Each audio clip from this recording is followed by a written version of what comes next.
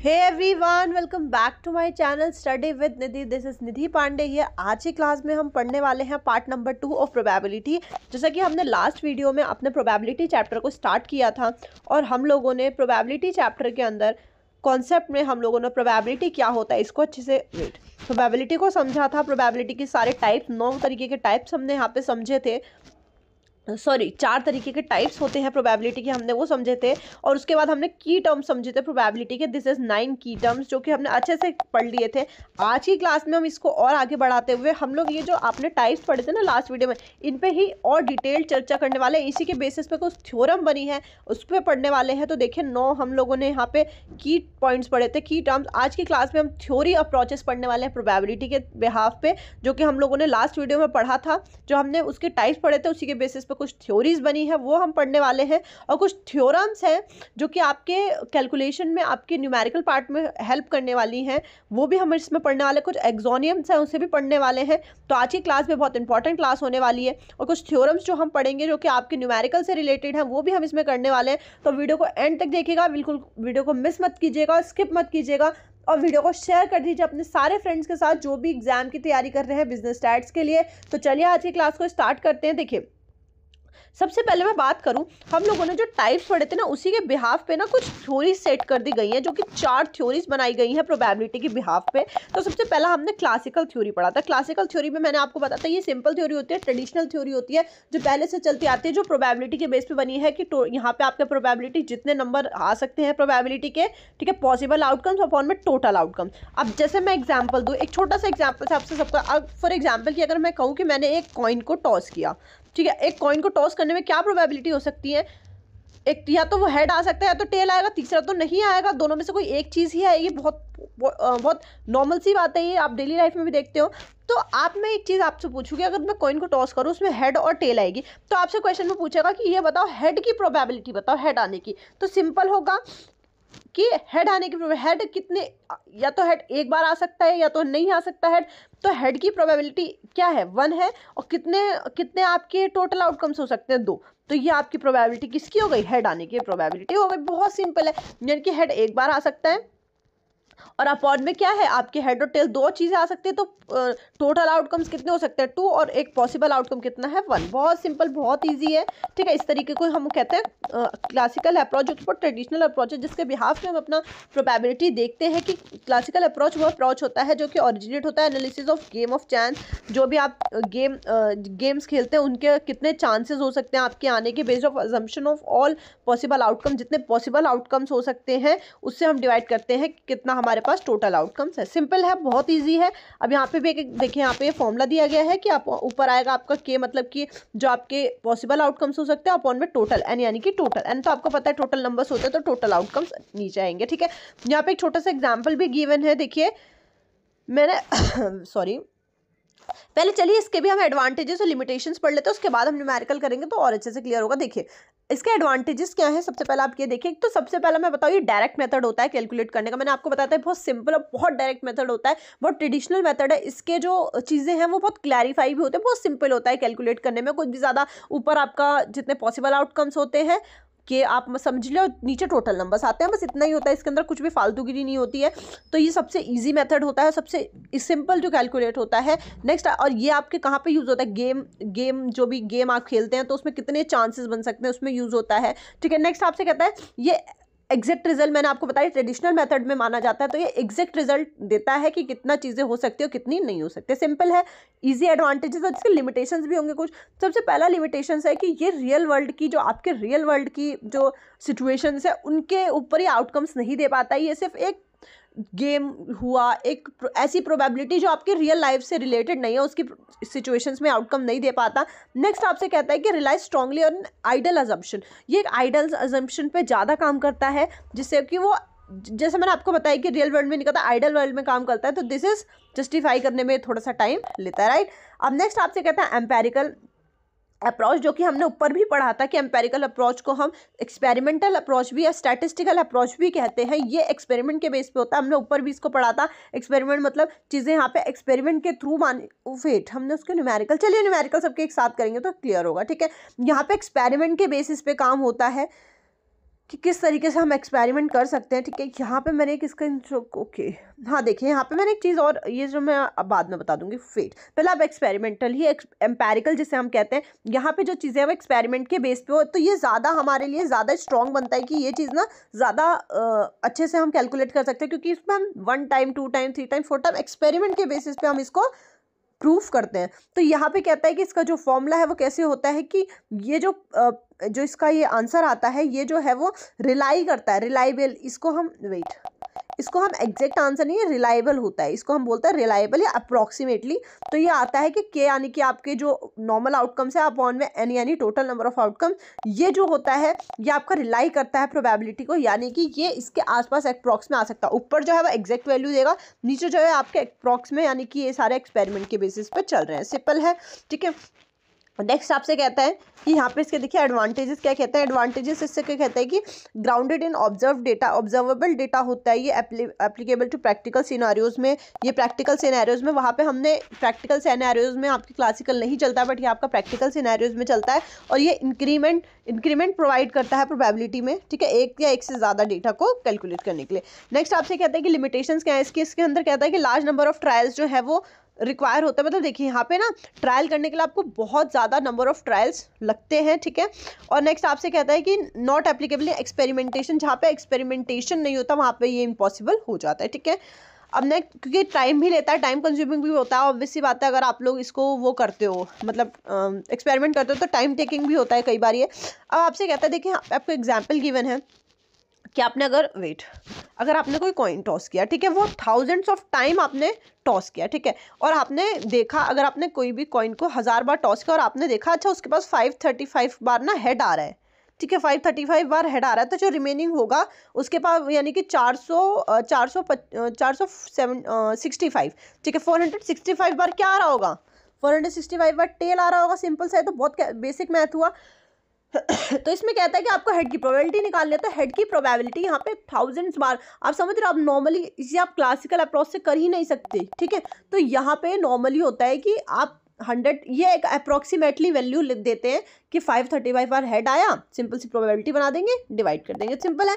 But यहाँ पे आपका ये जो आंसर है ना वो इस तरीके से क्यों आए, क्योंकि आपने एक अप्रॉक्सीमेटली डेटा को यहाँ पे एनालाइज किया, ठीक है, एक्सपेरिमेंट के बेस पे। नेक्स्ट आपसे कहते हैं कि क्वालिटी कंट्रोल इन मैन्युफैक्चरिंग। अब कहता है यहाँ पे ना क्वालिटी कंट्रोल कर रहा है मतलब जो आप मैन्युफैक्चर कर रहे हो उसमें क्वालिटी कंट्रोल कैसे करता है। देखिए कोई भी फैक्ट्री है, उसमें 20 डिफेक्टिव आइटम्स, देख आपने 1000 गुड्स को प्रोड्यूस किया, उसमें से 20 जो है वो डिफेक्टिव निकल गए, ठीक है। फॉर एग्जांपल आपसे कहता है कि जो अब ये आप बेसिक मैथ लगा सकते हैं कि अगर 1000 में से 20 डिफेक्टिव निकल गए तो आपके जो रिमेनिंग होंगे 980 जो होंगे 980 वो आपके नॉन डिफेक्टिव होंगे, यानी कि वो काम करने वाले होंगे। ये तो एक छोटा सा एग्जाम्पल दे, बाकी आपसे पूछ कर रहे हैं कि एम्पेरिकल प्रोबेबिलिटी निकालो जो डिफेक्ट है, तो जो डिफेक्टिव है 1000 में से डिफेक्टिव आपका 10,000 में से, सॉरी ये वो मैंने 1000 में से निकाला था, 10,000 में से आपका नॉन डिफेक्टिव का प्रोबेबिलिटी आ जाएगा। अब आप एक चीज़ नोटिस करेंगे इसके अंदर इक्वल्स टू, क्यों, क्योंकि यहाँ पे इसमें आपको ना करेक्ट डेटा गिवन है कि कोई चीज़ आप प्रोड्यूस कर रहे हैं उसके अंदर से 20 जो है वो डिफेक्टिव है 10,000 में से, तो आपको एम्पेरिकल पूछा है, एम्पेरिकल प्रोबेबिलिटी डिफेक्टिव की प्रोबेबिलिटी पूछी है, पर ऊपर वाले में कहता है कि इमेजिन करो, आप समझ रहे हो ना चीज़ों को। तो यहाँ पे एक ही चीज़, यही चीज़ आपको अगर आपसे कभी भी एग्जाम में कभी भी बोलेगा कि इमेजिन करो या इस तरीके से सपोज करो, एज्यूम करो, तो वहाँ पे आपकी जो प्रोबेबिलिटी होगी वो एक एक्सपेरिमेंट मान के करोगे कि इस तरीके का आपका साइन होने वाला है पीए के बाद। सिंपल है। आई होप आपको अच्छे से क्लियर हो रहा होगा। नेक्स्ट आपसे कहता है बायोलॉजिकल एक्सपेरिमेंट क्या होता है। देखिए आपसे कहता है कि कोई ब्रीडिंग एक्सपेरिमेंट हो रहा है, वहाँ पे आपसे कहता है पर्टिकुलर, आपसे कहता है show the particular trait, particular यानी कि ये बिल्कुल इक्वल वाला साइन लगेगा, तब पर्टिकुलर ट्रेड निकालता है 240 में से, आउट ऑफ 1000 ऑफस्प्रिंग में से, 1000 ऑफस्प्रिंग है उसमें से वो 240 ट्रेड निकालता है। देन कहता है एम्पेरिकल, बहुत सिंपल है, आपको ट्रेड निकालना है 240 अपॉन में 1000, उसके आपका इक्वल का साइन आएगा फॉरवर्ड, क्योंकि यहाँ पे आपको exact data particular data given है। आई होप आपको अच्छे से क्लियर हो रहा होगा ये कि आपका इस साइन में और इस साइन में क्या फ़र्क होता है, राइट। अब देखिए एक बार मैं क्लासिकल वाले का भी न्यूमेरिकल बता ही देती हूँ वरना आपको कन्फ्यूजन रहेगा। यहाँ पे मैंने क्लासिकल वाले के लिए एक चीज़ और लिखी है, आप अपनी कॉपीज़ में नोट करिए जहाँ आप नोट्स बना रहे होंगे। आपसे कहते हैं कि स्टॉक मार्केट है, फॉर एग्जांपल स्टॉक मार्केट में ना क्लासिकल अप्रोच कभी भी यूज़ नहीं होता। मतलब देखिए आपको पता है स्टॉक मार्केट का क्या सीन है, स्टॉक मार्केट जब बढ़ता है तो क्या होता है, मतलब लोगों को फायदा होता है और आपको स्टॉक मार्केट जब कम होता है तो लोगों को नुकसान होता है, सिंपल सी बात है। तो कहता है स्टॉक मार्केट जो है वहाँ पे क्लासिकल अप्रोच जो है वो यूनिफाई नहीं हो सकता है, ठीक है। क्यों? क्योंकि अब देखिए वेदर में इसका यूज़ कहाँ होता है, वेदर के अंदर होता है, जब आपका वेदर फोरकास्ट होता है। प्रेडिक्शन किस चीज़ का कर रहे हैं, ह्यूमन बिहेवियर, ठीक है। तो आपसे यही बताता है कि आपसे कहता है स्टॉक मार्केट में आपका क्लासिकल अप्रोच नहीं लग सकता, सिंपल है, आपको याद रखना। देखिए आपसे कहता है कि आपका रोलिंग ऑफ डाई, अब यहाँ पे छोटे से एग्जांपल हम देख लेते हैं क्लासिकल अप्रोच को कैसे हम यूज़ करते हैं। सबसे पहले आपसे कह रहा है कि आपके पास ना कोई सिक्स साइडेड आपका क्या है, सिक्स साइडेड, यानी कि आपके जो डाई होता है उसके अंदर 6 साइड होते हैं, 1 2 3 4 5 6 आपको पता है। तो उसके सैंपल स्पेस क्या बनेंगे, 6। अब आपसे कहता है कि ए कोई भी आपकी प्रोबेबिलिटी है ए, उसमें आप प्रोबेबिलिटी बताओ जब 4 आएगा। ऑब्वियसली बात है 4 एक ही बाहर आ सकता है, ठीक है। मतलब अगर आपके 6 नंबर है उसमें से 4 या मतलब एक ही चीज़ आएगी ना, या तो 4 आएगा तो कहता है या तो 1 आएगा या 2 आएगा या 3 आएगा या 4 आएगा या 5 आएगा 6 आएगा, 6 में से कोई एक चीज़ आएगी। तो आपकी प्रोबेबिलिटी क्या हो गई, 1 इज इक्वल्स टू, और आपकी अप्रॉक्सीमेट, ये आपकी यहाँ पे ऐसे क्यों आया है, क्योंकि ये अप्रॉक्सीमेटली वैल्यू आपसे कह रहा है, ठीक है। इसको जब आप सॉल्व करेंगे तो अप्रॉक्सीमेटली वैल्यू आएगी, इस वजह से हमने यहाँ पे ये साइन दिया है, ठीक है। आई होप आपको अच्छे से क्लियर हुआ होगा। अब देखिए आपसे कहता है कार्ड के लिए मैं आपको ऑलरेडी लास्ट वीडियो में सब कुछ बता चुकी हूँ, कार्ड का क्या क्लासिफिकेशन और ऑल। तो कहता है 52 कार्ड्स है, उसमें से एक कोई इवेंट है, उसमें कह रहा है कि आपने क्या कार्ड निकाला, किंग का, और आपको पता है किंग कितने होते हैं, 4 होते हैं, आपको ये पता है। कहता है फेवरेबल आउटकम इज 4, आपका ऑब्वियसली बात है यहाँ पे नहीं मेंशन होता, तब भी आपको पता होता है कि फेवरेबल आउटकम क्या है, 4 है, तो 4/52, ठीक है, क्योंकि 4 किंग होता है आपके पास, ये आपको पता होगा। नेक्स्ट आपसे कहता है कि आपने कोई भी व्हील को स्पिन किया, ठीक है, घुमाया, तो आपसे कहता है for a European roulette wheel featuring, आपसे कहता है 37 इक्वली लाइकली पॉकेट्स है, यानी कि 37 जो है वो इक्वल चल रहा है, वो नंबर जो है वो 3 से 36 बार। फॉर एग्जाम्पल आपके कोई व्हील है, ठीक है, अब यहाँ पे वो नंबर ऐसे मेंशन है, ठीक है, व्हील के ऊपर, और आपका वो 0 से स्टार्ट है 36 तक है, तो आपको हो गया वो मतलब ओवरऑल 37 है। क्यों? क्योंकि आप वो 0 भी इंक्लूड कर रहा है, 0 से आप 36 तक है, तो यानी कि 1 से 36 होता है वो 36 होता है, पर यहाँ 0 भी इंक्लूड है तो वो 37 होगा, सिंपल है। आपसे कहता है कि आप प्रोबेबिलिटी निकालो, इवेंट है आपके पास कोई landing on a red pocket पे वो लैंड कर रहा है, और आपसे कह रहा है कि टिपिकली 18 पॉकेट्स हैं, जो रेड पॉकेट्स है वो 18 है, तो आपको रेड की प्रोबेबिलिटी निकाल, तो 18 पॉकेट्स है अपन में 37, सिंपल है, ठीक है। तो आई होप आपको अच्छे से, दोनों तो बहुत ईजी थे। अब देखिए सब्जेक्टिव में आपसे क्या कहता है, सब्जेक्टिव में तो आपकी कोई कैलकुलेशन नहीं, सब्जेक्टिव मैंने अभी आपको ऊपर ही बताया था, ये जो है वो एक्सपीरियंस के बेस पे कहता है। मैंने आपको एग्जाम्पल बताया था कि आप वो डॉक्टर वाला कि हाँ यहाँ पे बताओ, देखिए मैं आपको समझाती हूँ। सब्जेक्ट प्रोबेबिलिटी जो है बेस्ड होते हैं पर्सनल बिलीफ पे, किसी भी एक्सपर्ट, जैसे एक्सपर्ट यानी डॉक्टर के पास गए, डॉक्टर आपको आपकी कहानी सुनता है, अच्छा आपको ये है, तो आपके बिना इलाज करे आपको बता देगा अच्छा आपको इस चीज़ की संभावना है, आपको ये वाली बीमारी हो सकती है, इस तरीके से सब कुछ। तो फिर उसमें कहता है कि एक्सपर्ट का ओपिनियन लेते हैं, ठीक है, एक्सपीरियंस के बेस पे वो आपको चीज़ें बता देता है। तो कहता है instead of relying solely on observe data, आप कहते हैं उस चीज़ को आप ऑब्जर्व करें बिना भी, आप एक बार उसको आप इंस्टीट कर सकते हो because of experience, past experience के बेस पे। तो ये कहाँ पे एनालाइज होता है, कहाँ पे इसका यूज़ होता है, it is for the weather prediction. Weather का जब आप प्रिडिक्शन करते हो तो आप एक एक्सपीरियंस के बेस पे, अच्छा आज इतना वेदर है, आज इतनी डिग्री है, तो ये जो है वो इतने रेन के चांसेस हैं, इस तरीके से कोई भी ड्रॉट चांसेस है, सूखा पड़ सकता है, इस तरीके से आप एक एक्सपीरियंस के बेस पे आप यहाँ पे बता सकते हो। इसका यूज होता है बिजनेस की फोरकास्टिंग में कि आपके 80% इतने जो है वो बिक सकता है बिकॉज ऑफ ये पास्ट एक्सपीरियंस कहता है कि इतना सामान तो बिक ही जाता है।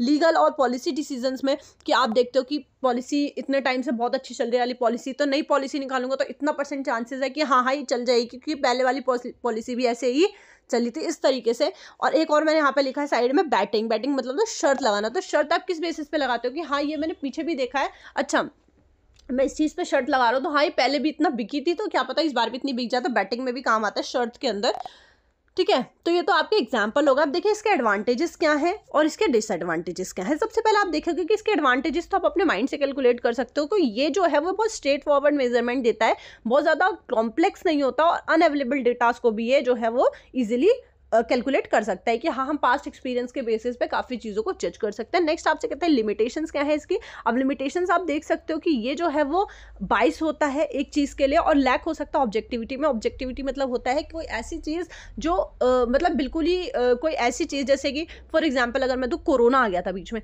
तो लोगों का पास्ट एक्सपीरियंस बिल्कुल ख़त्म हो गया था। लोगों ने सोचा जैसे कि फॉर एग्जाम्पल आपको पता होगा कि मार्च के एंड में कोरोना आया था, तो लोगों ने अपने जो सेल्स वगैरह होंगी वो उन्होंने क्या करा होगा, उन्होंने अपने एक्सपीरियंस पे कि हाँ इतना तो मेरा सेल हो जाएगा, बट फॉर अगर किसी की सोने चांदी की दुकान थी फॉर एग्जांपल, तो उसके लिए ये था कि हाँ मेरा तो बिक ही जाएगा, मेरा तो हो ही जाएगा, but at the end of the क्या हुआ कि वो बिक नहीं पाया, सोना चांदी वहीं का वहीं रह गया, धरा का धरा रह गया। क्योंकि ऐसी कोई चीज़ अनएक्सपेक्टेड चीज़ हो गई जो कि वहाँ पे नहीं होनी चाहिए थी, तो वो चीज़ें पास्ट एक्सपीरियंस को वहाँ से खत्म कर देता, राइट। अब नेक्स्ट आपसे कहते हैं डिफिकल्टी टू वेरीफाई रिप्रोड्यूस और पोटेंशियल इनकंसिस्टेंसी को भी हम नहीं जांच सकते। इनकंसिस्टेंसी मतलब होता है जो चीज़ रोज़ाना रूप से नहीं हो पाती है, ठीक है। तो ये आपके हो गए इसके disadvantages and limitations. I hope आपको अच्छे से क्लियर हुआ होगा।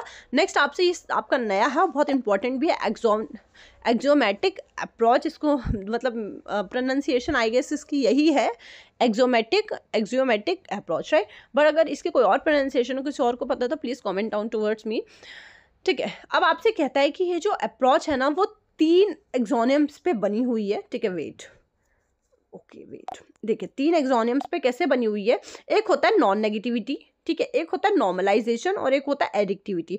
अब ये तीनों चीज़ें क्या है मैं आपको थोड़ा सा बताऊं, तो पहले हम इसको देख लेते हैं कि एक्सोनिमेटिक अप्रोच कहाँ से है। ये जो है वो मैथमेटिशियन थे कोई, उनके थ्रू ये जो है वो इंट्रोड्यूस किया गया था 20th सेंचुरी में, जिनका नाम था एंड्री कोलोमोग्राफ। इसको भी हम और अभी डिटेल में पढ़ेंगे कोलोमोग्राफ वाली एक्सोनिम को, ठीक है। इसमें आपसे कहता है कि यहाँ पे जो क्लासिकल इंटरप्रिटेशन है, एम्पेरिकल इंटरप्रिटेशन है, ये जो ऑब्जर्वेशंस हैं ये इस मेथड में एक स्ट्रक्चर्ड बेस पे किया जाता है। जैसे कि सबसे पहला आपसे कहेगा कि नॉन नेगेटिविटी का मतलब होता है कि जो आपका, ये हम ऑलरेडी पढ़ चुके कि आपकी जो कोई भी प्रोबेबिलिटी है वो आपकी जीरो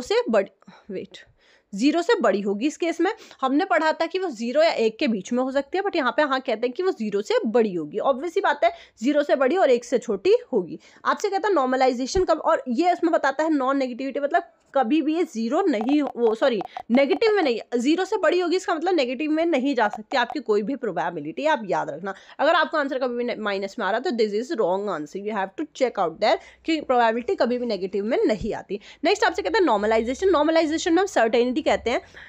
तो नॉर्मलाइजेशन तब होता है जब आपकी कोई भी प्रोबेबिलिटी का टोटल सम 1 आता है, यानी प्रोबेबिलिटी आपकी 1 होती है ओवरऑल, क्योंकि आपकी प्रोबेबिलिटी का जो मैंने आपको बताया था कि प्रोबेबिलिटी 1 होती है तो उसके चांसेस ज़्यादा होते हैं, ठीक है। नेक्स्ट आपसे कहता है एडिक्टिविटी का मतलब होता है कि आपका जो ये है एक बी का इंटरसेक्शन, ए और बी, मैंने अभी आपको वो वाला बताया था म्यूचुअली एक्सक्लूसिव, जिसके अंदर हम देखते थे कि आपका ए और बी में कुछ चीज़ कॉमन नहीं होता, तो ए और बी का इंटरसेक्शन क्या आएगा, कभी भी इक्वल, यानी कि वो हमेशा 0 ही होता है, मैंने आपको बताया था। तो इसके अंदर वही, अभी हम ये क्या लिखा है, एडिटिविटी का हम थ्योरम भी पढ़ेंगे। सॉरी एवरीवन, मैं थोड़ा सा आज ना एक्चुअली मेरी थोड़ी सी कोल्ड है, तो मैं उस चीज़ पे थोड़ा सा मिसप्लेस हो जा रहे हैं, I am very sorry for that, ठीक है। तो एडिक्टिविटी में आपसे बताता है कि जो म्यूचुअली एक्सक्लूसिव इवेंट हमने पढ़ा था, यानी कि जो आपका PA और PB का जो आपका इंटरसेक्शन है वो कभी भी कुछ भी नंबर्स में नहीं आएगा, वो हमेशा 0 ही आएगा, क्योंकि इन दोनों का इंटरसेक्शन पॉसिबल नहीं है इस केस में, राइट।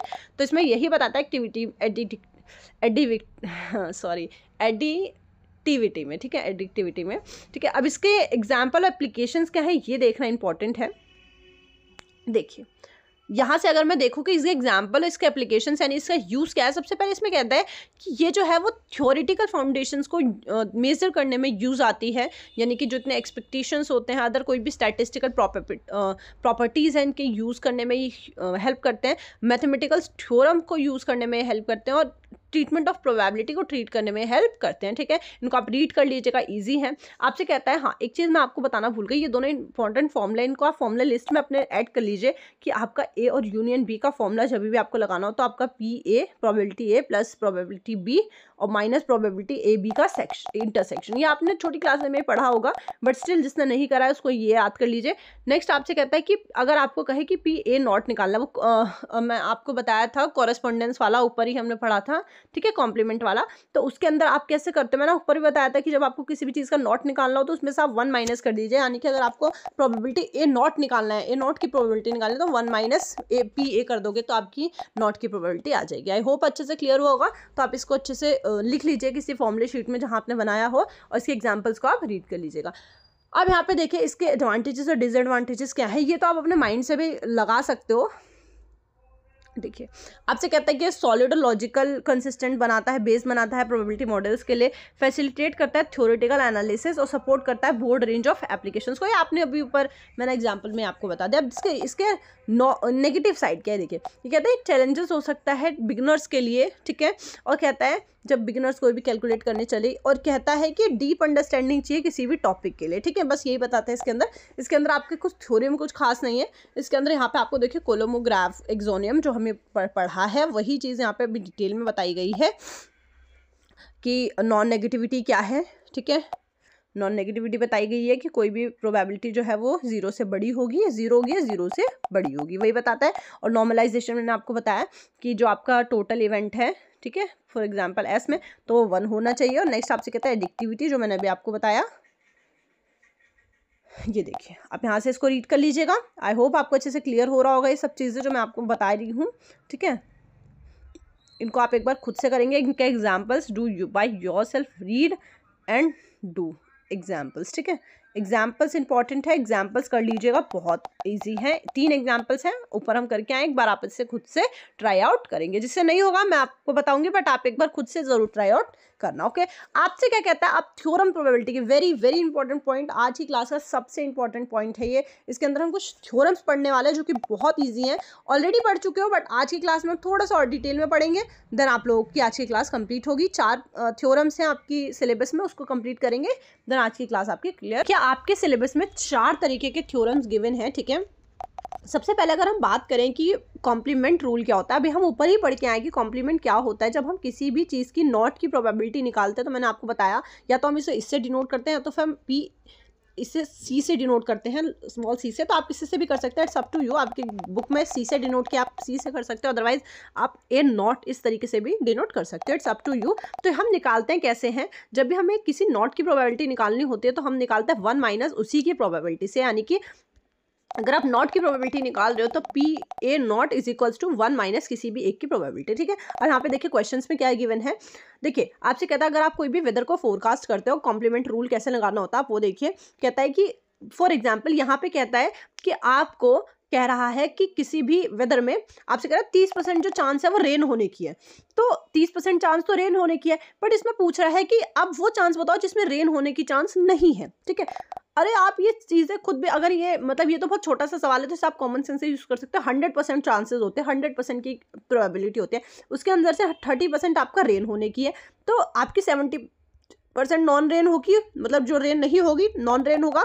तो ये तो आप नॉर्मली वर्बली कर सकते हो, बट आपके जो सिलेबस में बड़े बड़े सवाल्स होते हैं ना, बड़े बड़े क्वेश्चंस होते हैं ना, उसके अंदर ये रूल बहुत इंपॉर्टेंट हो जाता है। मैं आपको क्वेश्चंस के टाइम पे भी ये चीज़ अब एक्सप्लेन करूंगी किस तरीके से, और सबसे ज़्यादा कॉम्प्लीमेंट रूल ही यूज़ होता है, ठीक है। तो देखिए आपसे कहेगा कि 1 माइनस वो वाली प्रोबेबिलिटी जो होने वाली है, वो वाली प्रोबेबिलिटी अगर आप एक में से माइनस कर दो, क्योंकि एक जो है वो आपका टोटल इवेंट होता है, जब आप टोटल में से उसकी प्रोबेबिलिटी लेस कर दोगे तो आपके पास क्या बचेगा, जो उसकी प्रोबेबिलिटी नहीं है, तो वही चीज़ आपसे बोल रहा है, ठीक है। आपसे कहते हैं कि कोई भी डाई है, अगर आपने रोल किया है, ठीक है, तो आपको पता है डाई रोल करोगे तो 6 पॉसिबिलिटी बनती है। इसके अंदर कह रहा है कि आपको आपके पास जो प्रोबेबिलिटी है वो 1/6 है, ठीक है। तो आपसे कह रहा है कि नॉट रोलिंग की क्या होगी, अगर आपने 6 बार रोल, मतलब 6 आया है रोल करने पे, आपसे कह रहा है कि 1/6 आपकी प्रोबेबिलिटी होगी। तो इसमें कह रहा है कि वो प्रोबेबिलिटी निकालो जो 6 रोल होने पे नहीं होगी, तो 1 में से आप वाली प्रोबेबिलिटी को लेस कर दोगे, सिंपल है। आई होप आपको क्लियर हुआ होगा। अब नेक्स्ट हम देखते हैं कि एडिशन रूल, और इसको हम यूनियन ऑफ 2 इवेंट्स, यूनियन मतलब जो अभी हमने ऊपर फॉर्मूला पढ़ा ना, वही वाला इसमें हम अप्लाई करने वाले हैं, ठीक है। तो देखिए इसको हम एडिशन रूल और multiplication rule, this is very very important rule, ठीक है। अब देखिए सबसे पहले एडिशन रूल क्या होता है। एडिशन में हम चीज़ों को ऐड ऑन करते हैं, हम चीज़ों को ऐड मतलब हम चीज़ों को यूनियन करते हैं, यूनियन मतलब इकट्ठा करना, तो यूनियन हम इकट्ठा करते हैं चीज़ों का, एडिशन का भी मतलब वही होता है। तो इसमें कहते हैं यूनियन ऑफ 2 इवेंट्स, 2 इवेंट्स का हम यूनियन करते हैं, ठीक है। तो यूनियन ये आपका साइन होता है यूनियन का, मैंने अभी आपको ऊपर भी फॉर्मूला बताया, अब यहाँ से भी नोट कर सकते हैं। अब देखिए इसके अंदर कैसे यूज होता है, ये देखिए कभी भी आपको, अब आप इवेंट एडिशन रूल को पहचानेंगे कैसे, कभी भी आपको क्वेश्चन में और दिया हो कि ये वाला, जैसे कि आपसे कहेगा, अब देखिए क्वेश्चन आप देखिए तो आपको समझ में आएगा, जहाँ पे भी आपको और एंड इस सब चीज़ों का यूज़ हो तो आप वो एडिशन रूल में आता है, ठीक है। देखिए कैसे पता करेंगे, यहाँ पे आपको क्वेश्चन दे कि कोई भी डेक है, डेक मतलब कार्ड्स के बारे में आपने पढ़ा है, आपसे कहता है कि किसी भी कार्ड का जो डेक है उसके अंदर आपसे कोई एक इवेंट है, आपसे कहता है कि आपने हार्ट निकाला। अब हार्ट की प्रोबेबिलिटी आपको ऑलरेडी गिवन है, और नहीं भी गिवन होती तो आपको पता है कि 13 हर्ट होते हैं और 52 ऑलर में से, तो ये आपकी हर्ट की प्रोबेबिलिटी हो गई। ऑलरेडी आपको गिवन है बट आपको नहीं गिवन होती तो मैंने आपके लिए बता दिया, ठीक है। नेक्स्ट आपसे कहता है दूसरा इवेंट आपसे कह रहा है एंड, आपको मिल गया एंड, यानी कि आपको यहाँ पे ऐड करना। अब यहीं भी आपको दोबारा भी अभी गिवन है साइन की किस तरीके से आपको एडिशन रूल लगाना है। देखिए आपसे कहता है कि बी प्रोबेबिलिटी आपसे कह रही है कि आपने किंग निकाला। अब किंग आपके 4 होते हैं, आपको प्रोबेबिलिटी वैसे दे रखी है बट मैं आपको बता दूं नहीं गिवन होती तो किंग आपके 4 होते हैं, 52 में से आपकी प्रोबेबिलिटी किंग की बन जाती। नेक्स्ट आपसे कहता है कि सिंस, हालांकि द किंग ऑफ हर्ट, कहता है कि जो किंग है हर्ट का, यानी कि आप ये समझिए आपको ये चीज़ पता है कि आपके पास हर्ट कितने होते हैं 13, उसके अंदर से एक किंग का पत्ता होता है। आपको ये बात पता है, ये मैं ऑलरेडी आप लोगों को बता चुकी हूँ जब मैंने आपके फर्स्ट वीडियो मतलब लास्ट वीडियो मैंने आप लोगों को जब किंग का वो कार्ड का पूरा एग्जाम्पल दिया था मैंने आपको बताया था। तो दोनों क्या कॉमन होते हैं, तो इसमें कह रहा है कॉमन टू बी, आपको इंटरसेक्शन भी ऑलरेडी गिवन है, ठीक है, कॉमन है आपका इंटरसेक्शन। आपसे कहता है कि जब आपके पास कॉमन है तो आपको क्या निकालना है, देन आपको क्या निकालना है, आपको यूनियन निकालना है, आपको एंड दे दिया गया। बहुत सिंपल है, आपको पी ए दे रखा है, पी बी दे रखा है, इंटरसेक्शन दे रखा है, डायरेक्टली फॉर्मूला लगेगा। इसमें तो बहुत इजी था, ये तो बहुत सिंपल है क्योंकि पहला क्वेश्चन है, बहुत सिंपल है, तो ये बहुत इजी है। मैं अभी आपको अच्छे एग्जाम वाले क्वेश्चन कराऊंगी तब आप देखना कितने हार्ड तरीके से चीज़ों को एक्सप्लेन किया गया है। नेक्स्ट आपसे कहते हैं डाइस के बारे में कहा गया है। आपसे कहता है कि सपोज करो, ठीक है, कि आपकी कोई ए प्रोबेबिलिटी है, आपने इवन, देखिए चीज़ों को आपको यहाँ समझना है। आपने एक डाई को थ्रो करा, आपके पास प्रोबेबिलिटी 1 2 3 4 5 6, ठीक है, 6। अब आपको समझना क्या है, देखिए आपसे कहता है कि आपने सपोज करा कि आपको जो कोई ए प्रोबेबिलिटी है, हमें निकालनी है यहाँ पे प्रोबेबिलिटी। ये अच्छा क्वेश्चन है, ये देखिए यहाँ पे आपको प्रोबेबिलिटी गिवन नहीं है, आपको प्रोबेबिलिटी निकालनी है। आपने दिया, आपके पास सैंपल स्पेस क्या आ गया 1 2 3 4 5 6, ठीक है। आपसे कह रहा है अब आपको पी ए निकालना है, प्रोबेबिलिटी ए की। आपसे कह रहा है कि आप इवन नंबर होगा, इवन नंबर कौन कौन से, इसमें से 2 है 4 है 6 है, तो 3 इवन नंबर है 6 में से आपकी प्रोबेबिलिटी ये हो गई। अब प्रोबेबिलिटी बी आपसे क्या कहता है कि जो है वो रोल करो, वो 3 से ज़्यादा होने चाहिए। 3 से ज़्यादा यानी कि 4 5 6, ठीक है, तो 6 यानी कि 3 नंबर है, 4 5 6 3 नंबर है, 3/6, सिंपल है। आपसे कह रहा है इंटरसेक्शन, आपसे कह रहा है कि आपसे और क्या बोल रहा है कि इनका इंटरसेक्शन आप कैसे निकालोगे, पी ए और बी का इंटरसेक्शन आप कैसे निकालोगे। देखो अब इन दोनों में कॉमन क्या है, एक तो 3 से बड़ा कौन सा है, 3 से बड़ा 4 5 6 है। अब इसके अंदर से आपका ऐसा क्या है जो ए में भी है और बी में भी है। ए में आपने क्या देखा था कि इवन नंबर आपके कौन कौन से है, तो 2 4 और 6। आपके 4 और 6 जो है वो किस में भी आ रहे हैं, बी में भी आ रहे हैं, क्योंकि वो 3 से बड़े भी हैं और वो इवन नंबर भी, यानी कि 2/6 आपके इंटरसेक्शन हो गए। ईजी है, बहुत ईजी है, ठीक है। ऐसी कौन सी चीज़ है जो ए और बी दोनों में कॉमन होती है, उसको हम इंटरसेक्शन बोलते हैं, तो वो आपका इंटरसेक्शन बन जाएगी, वो आपकी 4 और 6 है, तो आपका पी ए इंटरसेक्शन बी में भी आ गया 2/6, तो आपको तीनों का आंसर यहाँ पे आप निकाल लो। इजी है, ये भी बहुत इजी था, ठीक है। आई होप आपको अच्छे से क्लियर होगा कि कैसे हम एडिशन रूल या यूनियन ऑफ रूल निकालते हैं, यूनियन ऑफ 2 इवेंट्स। अब देखिए आपसे कहता है मल्टीप्लिकेशन रूल क्या होता है, इसे हम इंटरसेक्शन ऑफ 2 इवेंट्स भी कहते हैं। ये अच्छा पॉइंट है, यहाँ पे आपको थोड़ा सा कंफ्यूजन हो सकता है बट मैं यहाँ पे बैठी हूँ ना आप लोगों की क्लियर करने के लिए, ठीक है। अब आपसे कहता है कि मल्टीप्लिकेशन रूल क्या होता है, इंटरसेक्शन ऑफ 2, वो तो बहुत ईजी है, ठीक है। अभी हम यूनियन पढ़ा था, अब हम इंटरसेक्शन पढ़ते हैं। इंटरसेक्शन के अंदर आपका फॉर्मूला क्या था, हमने यूनियन का फॉर्मूला देखा, इंटरसेक्शन के लिए हम P A multiply P B होता है, बहुत सिंपल है, इसका फॉर्मूले में कुछ ज़्यादा खास नहीं था। जब भी हम इंटरसेक्शन निकालते तो पी ए की मल्टीप्लाई बी, जो 2 इवेंट्स हैं उनके दोनों की मल्टीप्लाई होते हैं, सिंपल है। आपसे कहता है, देखिए आपके ना 2 इवेंट्स बनते हैं इसके अंदर, एक इंडिपेंडेंट होता है और एक डिपेंडेंट होता है। इंडिपेंडेंट हम ऑलरेडी पढ़ के हैं। डिपेंडेंट वो इवेंट होते हैं जहाँ पे एक, अगर कोई भी एक कुछ भी करता है ए, तो उसका बी पे जो है वो इफेक्ट पड़ता है, बी कुछ करता है तो उसका ए पे इफेक्ट पड़ता है, सिंपल है। तो जब डिपेंडेंट के लिए हम निकालेंगे मल्टीप्लिकेशन रूल, तो वो कैसे निकालेंगे, इंडिपेंडेंट के लिए कैसे निकालेंगे। देखिए सबसे पहले हम डिपेंडेंट के लिए पढ़ लेते हैं। तो डिपेंडेंट यानी कि ए अगर कुछ भी करता है तो उसका फर्क बी पे पड़ता है, सिंपल है। बी कुछ करता है तो उसका फर्क ए पे पड़ता है। तो इसका फॉर्मूला क्या है कि पी ए, सबसे पहले आपका जो प्रोबेबिलिटी है पहली वाली वो आ जाएगी, मल्टीप्लाई में आपकी, मैं आपको याद भी करवा दूंगी इसे hand to hand, P A intersection B dependent के लिए आपकी सबसे पहले पी ए जो सबसे पहले लिखा है, उसके बाद मल्टीप्लाई में, क्योंकि मल्टीप्लिकेशन रूल है, और पी बी बाय, यानी कि आप इसे उल्टा कर दोगे, वेट, आप ना इसे उल्टा कर दोगे, जो आपका ये ए बाय ए इंटरसेक्शन बी है इसको आप बी बाय ए कर दोगे, बस सिंपल है। इस वाली में आप सबसे पहले आप पी ए, ठीक है, प्रोबेबिलिटी ए की multiply P B by B, यानी कि ए और बी दे रखा है तो आप इसे उल्टा करके यहाँ पे ऐसे अपॉन में लिख दोगे, सिंपल है, ठीक है। सबसे पहले डिपेंडेंट का एक क्वेश्चन देख लेते हैं। आपसे कह रहा है 2 क्वेश्चन है, इसको देख लेते हैं। सबसे पहले आपसे कहता है कि ए और बी जो डिपेंडेंट है, एग्जाम में डायरेक्टली बोलेगा डिपेंडेंट है, या फिर आप देख लोगे कार्ड्स वगैरह से ये पता कर लोगे कैसे डिपेंडेंट है। देखिए आपसे कहते हैं डिपेंडेंट है, कहता है ए के अकरेंस से बी को इन्फ्लुएंस होता है, बी को फर्क पड़ता है। इसमें कह रहा है इंटरसेक्शन जो है वो इस तरीके से कैलकुलेट होगा, आपको पता है इस तरीके से होता है। फॉर्मूला है, लिख लीजिए अपनी कॉपीज में। आपसे देखिए एग्जाम्पल क्या कहता है कि आपने 2 कार्ड निकाले विदाउट रिप्लेसमेंट। ये क्वेश्चन आपको यहाँ पे हिंट देगा कि आप ये जो है वो डिपेंडेंट है। विदाउट रिप्लेसमेंट का मतलब क्या होता है कि आपने कोई भी कार्ड निकाला, मैं आपको ये बहुत बार बता चुकी हूँ। विदाउट रिप्लेसमेंट, विद रिप्लेसमेंट का मतलब क्या होता है। जहाँ पे विदाउट रिप्लेसमेंट है यानी कि वो डिपेंडेंट इवेंट है, और विद रिप्लेसमेंट होता है वो क्या होता है, इंडिपेंडेंट होता है। अब विदाउट रिप्लेसमेंट डिपेंडेंट कैसे है, जैसे आपने कार्ड निकाला, आपके पास कार्ड है, आपके पास डेक है, उसके अंदर कार्ड से आपने कार्ड निकाला, देखा अच्छा वो ये कार्ड आपने दोबारा से डाल दिया तो उसको हम कहेंगे रिप्लेसमेंट। बट आपने कार्ड देखा, अच्छा ये इसका कार्ड आपने निकाल कर सब बाहर रख दिया, उसकी डेक के अंदर कितने कार्ड्स बचे, 51 कार्ड्स, तो ये आपका डिपेंडेंट इवेंट होता है। ये बहुत इंपॉर्टेंट है बच्चे यहाँ पे कंफ्यूज होते हैं। ठीक है, आपने कोई 2 कार्ड्स निकाले, इसमें कह रहा है 2 कार्ड ड्रॉ विदाउट रिप्लेसमेंट, यानी पहले आपने एक कार्ड निकाला होगा, आपने उसे देखा, उसने आपने बाहर रख लिया, तो आपके पास डेक में 51 कार्ड्स बचे। उसके बाद दोबारा आपने एक कार्ड निकाला, उसको आपने देखा, उसको आपने बाहर रख दिया, यानी कि अब आपके पास 50 कार्ड्स बचे, राइट। आपसे क्या कहता है, सबसे पहली चीज आप देखेंगे कि आपको इवेंट देखना है कि आपने एस ड्रॉ किया है, आपको प्रोबेबिलिटी दे रखी है, और नहीं भी दे रखी है तो आपको पता होता कि आपके पास एस के 4 पत्ते होते हैं, आपके 52 में से आप पहला पत्ता तो आप 52 में से ही निकालोगे ना।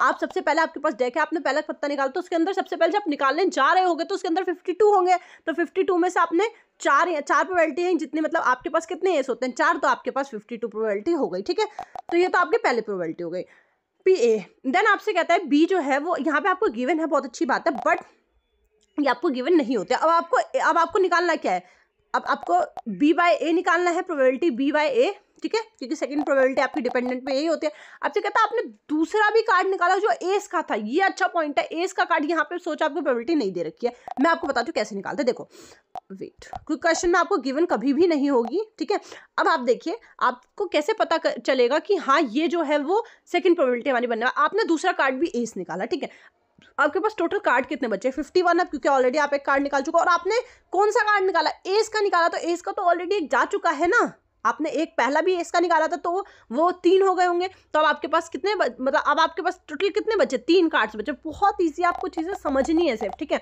ये तो आपके पास दूसरी प्रोबेबिलिटी आ गई, दोनों को मल्टीप्लाई कर दोगे इजीली आ जाएगा। बट एक चीज मैं अगर यहाँ पे एक और क्वेश्चन पुट करूँ, यहाँ पे बोलते हैं कि आपकी जो बी है वो आपने कार्ड निकाली है, वो बोलता है किंग है, फॉर एग्जाम्पल किंग है, तो आपके कार्ड्स तो टोटल 51 ही होते, बट आपको अगर किंग निकालते, आप एक एग्जांपल है, अगर आपसे कहता कि बी ड्रॉइंग अनदर किंग निकालता वो, तो किंग कितने हैं, किंग तो 4 ही रहते ना, एस में से एक कम हुआ है, किंग में से तो नहीं, तो किंग की प्रोबेबिलिटी यही होती। ये चीज आपको मैं समझाना चाहती थी कि आपके अगर आपने सेम कार्ड निकाला तो उसके ऊपर से भी एक कम होगा, नीचे से भी एक कम होगा, बट अगर आपने दूसरा कार्ड निकाला है, फॉर एग्जाम्पल किंग का कार्ड निकाला, तो किंग कितना होता है, 4, और कितने में से, 51 में से। ठीक है, आई होप आपको एक चीज क्लियर हुई होगी। एक और एग्जांपल आपसे गिवन है, देखिए आपको कह रखा है कि कोई डिसीज है वो प्रिवेल्ड होती है 1% एंड डायग्नोसिस टेस्ट जो है वो डिफेक्ट होता है 95 एक्यूरेसी, यानी कि आपसे कहता है कोई भी डिसीज है, ठीक है, आपसे कहता है कि वो डायग्नोसिस टेस्ट हुआ है कि 95% जो है वो एक्यूरेसी है, और आपसे प्रोबेबिलिटी पूछ रहा है कि पेशेंट की प्रोबेबिलिटी बताओ, पेशेंट जो बोथ हैज़ द डिसीज, उनको डिसीज भी है और टेस्ट उनका पॉजिटिव भी आ रहा है।